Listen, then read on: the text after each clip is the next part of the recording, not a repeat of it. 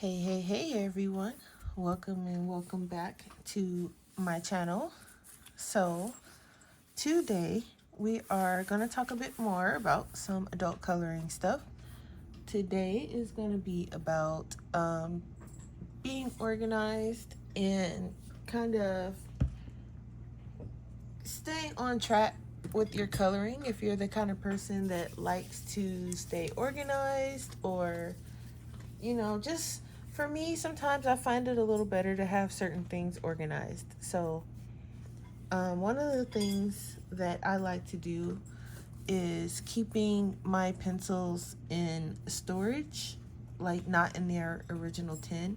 So, what I do, and I'm going to zoom out a little bit, what I do is I put all of my pencils inside of pencil cases, and you can get these on Amazon. They're usually pretty cheap. They're usually no more than like 20 bucks. Now I think they might have gone up a little bit in price, but I still think they're under 30. So they might be like 25. It just depends on which ones you get and how big of a case you get. So with me, usually I buy the full set of pencils because I have a problem and an addiction. Um, but so I usually get either the 120 pencil cases or the 150. So like this is the one that holds my polys, and this is a 121, but it actually has a little bit more than 120 slots because there's some extras left over. Like this is left over, this one's left over, and then there's a couple left over on the end here. So some of them have a little bit more than what they say, which is good. I also have literally all of my pencil sets are inside of cases. My Holbeins, my Pablos, everything. I'm trying to unzip this one so I can show you, but the zippers are so far into it. Okay, here we go. Let me just unzip it. I'm unorganized as far as my videos go, per usual. Okay, so like this one, this is the Prismacolor. So this one's the 150 case.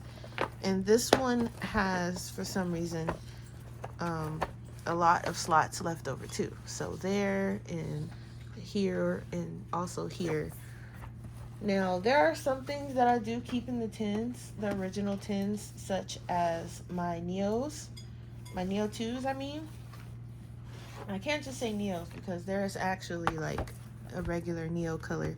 But my Neo color 2s, I do keep them in the original tin because they just sit on my desk. So they're on my desk. They're ready for me to use whenever I want to use them. And I just keep them in the tin. One, because I don't want them to break. And I feel like if I just leave them in the tin and leave them on my desk, they're less likely to break. I haven't broken one yet. Knock on wood for me, guys. Because I'm actually shocked myself that one is not broken yet. Another thing you can use is like these are pencil cases too, but I use mine for like if I'm working on something or if I have a whip going, I'll put those pencils in here until I'm done using them, and then I'll put them back in the case. I have a blender and like a random clip in here because I was probably showing this off or something, but usually I just keep my pencils that I'm working on in here. That way I can close it and they're still protected. They're not just scattered all over my desk. The only time they're really scattered all over my desk is like when I'm actually using them. So another thing, and I'm just gonna say another thing a million times in this video. I have a little empty cashew container. Well, it's not empty now because I've been lazy and I haven't emptied it, but I put my pencil shavings in here. So like I just dump it and then I can continue on, using my sharpener, working on whatever I'm working on while not worrying about getting up, going to the trash can and dumping my pencil sharpeners. So I just dump them in here, and you can use any like little empty container. And I like the ones with the lids because I'm always knocking stuff over. So if I knock this over, it won't open. At least it hasn't yet, and I've knocked it over a couple times. So that's a good way to store your pencils. These cases are really sturdy, and they come in, like I said, all sizes, 72, 150. They even have really big ones with like 300.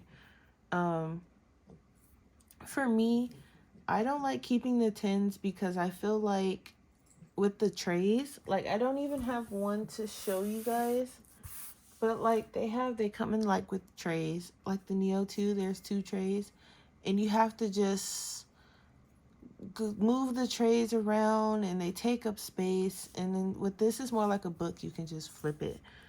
So another way that you can stay organized while, you know, enjoying coloring is keeping a swatch sheet of all of your supplies. So I have, this is my swatch book, and I have a color swatch chart for each set of pencils in here that I have. So my polys, and I have these in here, but I might take these out because these are just kind of annoying. My Holbeins, my light fast, my Prismacolor is not in here because I'm actually using that one for something, and I'll show you in a second. But my Pablos, which recently I couldn't find these, but I found them. Now they're back in here, and that's where they're gonna stay. My Artezas, my Brewfooners. I might actually take this to work because I actually have my Brewfooners at work, and that is what I kind of took to the break room so other people can color. So I might take these out and take that to work. My ink tints are also in here. And I just, whenever I get a new set, I just swatch it. I'll make a sheet for it. And these sheets I made myself. And they are available on my Etsy store. So if you're interested, the link is always in the description of all of my videos. And I just make a sheet for whatever pencil set that I own. I print it out, I fill it out, and I put it in this binder. So that way I can come to one spot for all of my colors. They're all right there. And another thing, and I'm going to bring out both of these because I was working on some today at work. So another thing that you can, and you don't have to do all of these things, but they do help as far as coloring. At least they help me. So here's my Prismacolor one right here. And I use this little clipboard. I got this, I think, from the 99-cent store. It was $2.99. Don't ask me why the sticker's still on there. But I take this to work when I'm working on like I'll take a set of pencils and I'll just work on like color combos. So I'll put the color sheet of the pencils that I'm working on, and then I'll put the color combo sheets in here with some index cards that I can use for like test swatching. And what I'm actually trying to do is fill up a binder with all of my combinations of colors. So I'll give you guys a sneak peek. So I'll show you the greens. So like every pencil set has, you know, I have all of my color combos, pinks, reds, blues, you know what I mean, like yellows, and it's all color coded. So I'm working on filling this out, and these sheets, they are also available in my Etsy store. So you can just print out a blank one and you can kind of record your color combos. So that way you can have, like, if you want to come and you want to, like, oh, I need a brown, what kind of brown do I want? And then you can just kind of flip through and look at the browns and pick a brown that you're looking for. So I'm working on filling this up, and hopefully I have it filled up pretty soon with the colors that I do have kind of worked out already. And then as I go, as I create new combos or come up with new combos, then I can just add as I go. So this binder is going to be really big. I might end up having to get another one because this one is already like, it's getting full and it's gonna be full. And I think this is like a 1.5 inch or a 2 inch binder. So I might have to go a little bit bigger. But binders for like your color swatches, your color combos. Another thing I use my binders for, and what I just started recently doing, is my PDFs. So if I print out a PDF that I want to color, I will put it in a binder, and then when I'm done coloring, I will put it back in the binder. So here's one. We passed it. Where is it, guys? Hello? Oh, here it is. So once I finish this one, I put it back in the binder. So it'll be protected and everything. And also I can come and pick another one, so on and so forth. Now I have some out that I'm working on. And then once I finish, they will go back in the binder. I think I have about 2 or 3 of them. But binders are really good for stuff like color combos and swatch charts and PDFs and just anything that you don't want to get ruined, you can put in a binder. Sometimes you want to tear a page out of your book, you can put those in binders too. Here are the ones that I'm working on.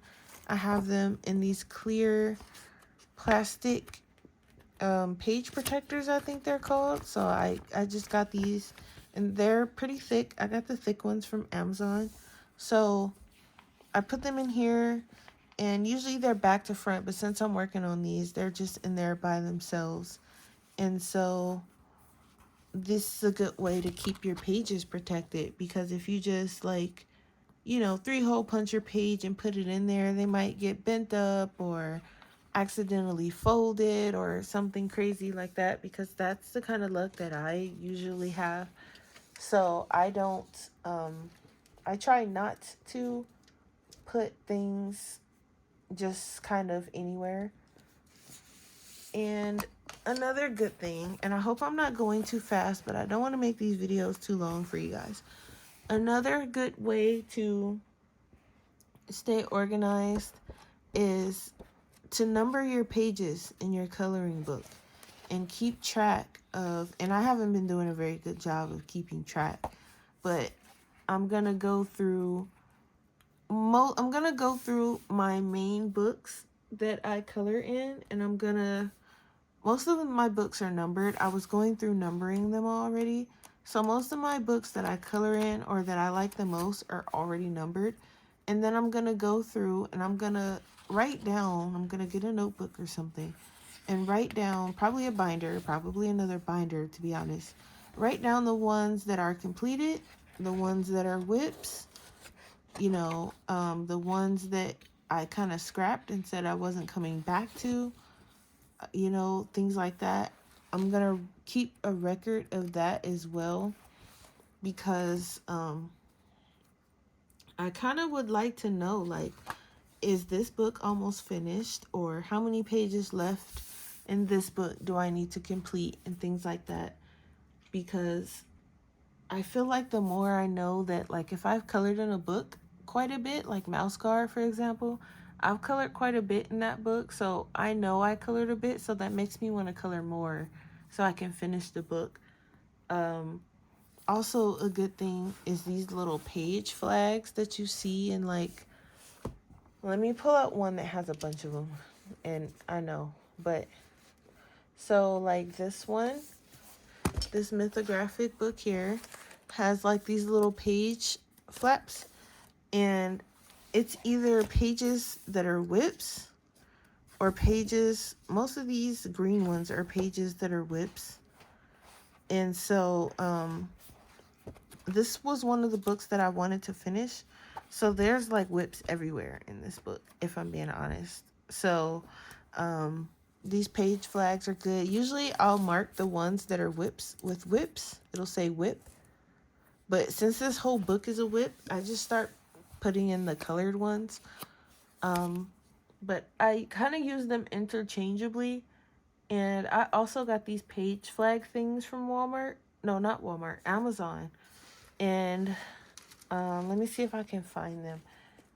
I don't know what I did with the rest of them, but they came with a bunch. And I seem to have misplaced the ones that I found too, suddenly.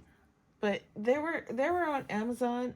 If I can find the link, because I got them a while back, but if I can find the link, then I will link them.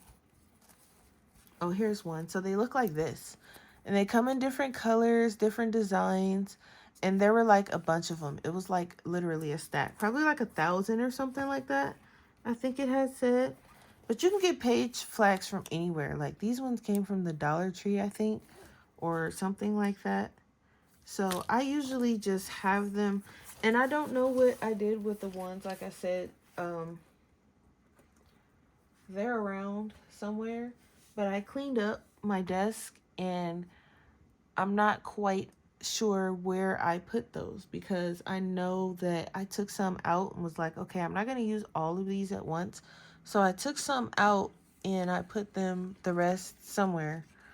I just don't know where that somewhere exactly is. So when I find them, then, I'll show you guys some more. But there was a couple of them that I had taken. Here. These are the ones that I write whip on. These are almost done. So I got to find out where the rest of them are, because I use these quite a bit. And then here's the other colors. So they come in like different colors and designs and stuff like that. And they're really good for marking pages that you're done with. Pages like if you do, you know, finished pages for the month videos or anything like that. Here's another design. See, I took a bunch out, and I'm finding the ones that I took out, but I don't know where the rest of them are. But at least I have these for now. By the time I'm done with those, I'm sure I'll have found the others, because I know me. I probably stuck them somewhere, so we'll see. But these are really good to use if you're doing finished pages for the month videos. You can just flip to it and be like, oh, here's this page, and here's this page, and you can flip to them like really quick. This is a whip, but you know what I mean. You can just flip to it very fast if you have the page markers. Another good thing to have for storage, and I can't really show you, but I have like this 3-tiered like caddy thing. It's on wheels, and it has 3 little baskets, and the top basket has like my watercolors and my gouache. The second basket is where I keep my pencil cases, and the bottom basket is kind of just a bunch of paint palettes that I might move, because I don't use all of those paint palettes at one time. So I'm still working around my organization, and it's not perfect at the moment, but so far it is working for me, especially the binders. The binders are very important. My color swatches are very important, because if I'm working on a page and I'm using pencils that I'm not really familiar with, like for example, because I don't use my Prismacolors a lot, so I follow that color chart quite a bit. I'll look at it to see and know which pencils are which before I just pick them. It's also good to get used to them that way too, because with my polys, I know exactly what the colors look like, what the pencils are, what the color is going to look like, because I've been using them for so long. Not quite the same with my Prismacolors. So it's definitely good. I know a lot of people don't like to swatch their pencils, but it's a very good thing to do. If you ask me, it's very good, especially if you're a beginner and you're trying to learn from others, and they're just moving too fast for you, and they're like, oh, grab this color, this color, this color.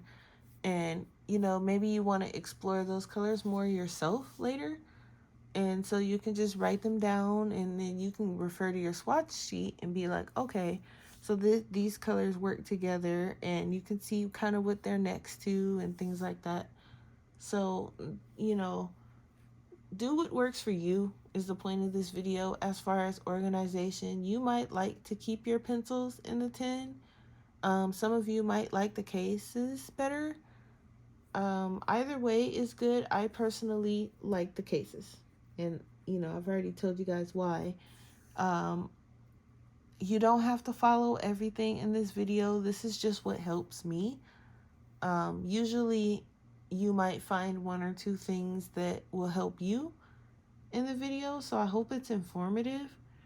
I think I'm gonna do a couple more videos in this series, probably talking about more in-depth techniques and things like that. I don't want to say advanced because I'm not advanced, but I do like for the beginners that want to kind of invest more into it. I will talk more about it as far as like color combos and which colors you should pick for a page and things like that, okay?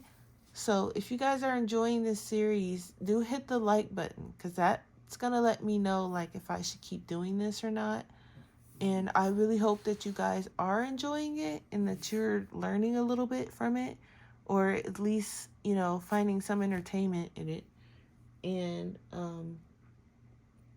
if you do enjoy it, then I will keep making them, of course, because I think I'm enjoying making them. I'm enjoying sharing what I've learned over the years of coloring, and I've been coloring for a while, I'd like to say, so I don't mind sharing what I've learned. So I hope you guys either are learning something or, put down in the comments and let me know if, there's something that you think I should know, because I don't know everything. So if there's something that you feel like I should know, then let me know down in the comments as well.